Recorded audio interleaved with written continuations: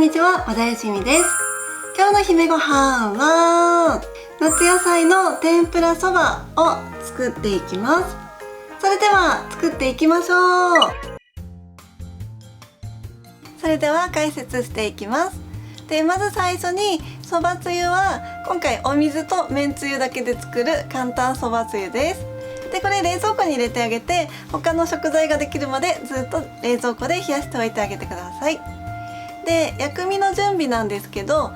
すだちとあと長ネギ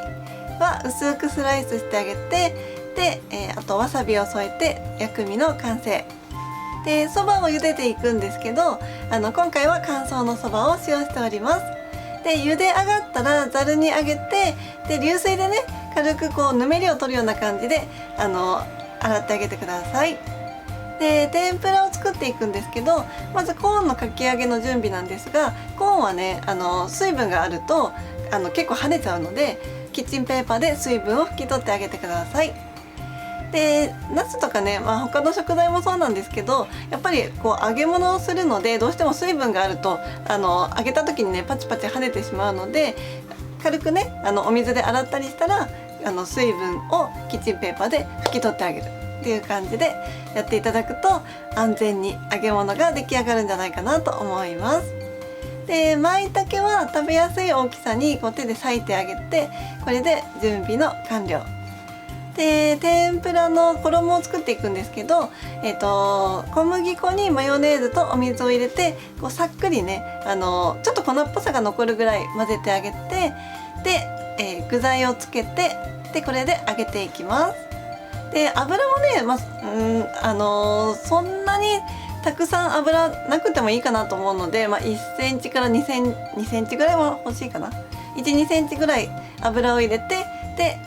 揚げ焼きにしてあげてください。で、特にトマトとかはちょっと表面がねカラッと揚がったらさっと取り出してあげてください。で、最後コーンのかき揚げは残った衣の材料を混ぜて、でカラッとね揚げてください。ちなみに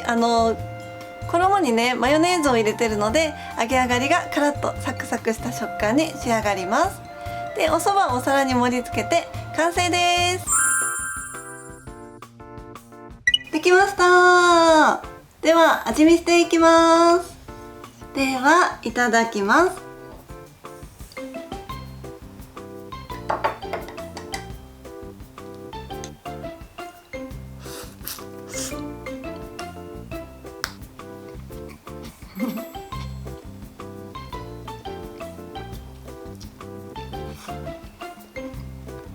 お蕎麦って本当にさっぱりしてて美味しいですよね。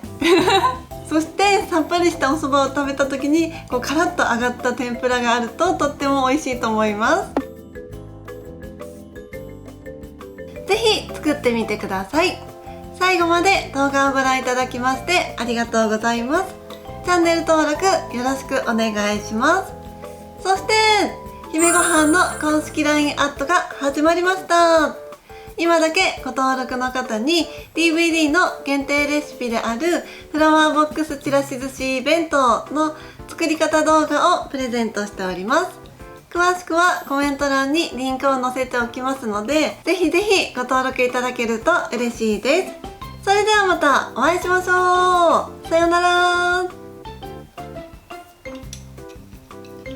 私ね、天ぷらはね夏野菜じゃないんですけど舞茸が大好きで舞茸の天ぷらって美味しいですよね。